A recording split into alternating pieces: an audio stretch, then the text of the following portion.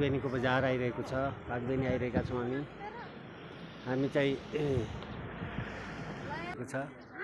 हामीलाई यहाँ यी पश्चिमतिर यतातिरबाट होटेलहरू छन्।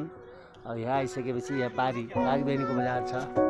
त्यसमा चाहिँ धेरै चाहिँ अग्लो लेक छ। त्यसमा हामी आइरहेका छौँ। निकै चिसो छ। आज चैतको 29 गते पनि निकै चिसो छ। यहाँको मनमोहक छ।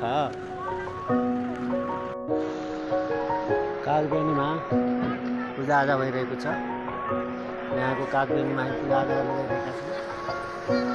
कागबेनीमा पूजा गर्नेहरूको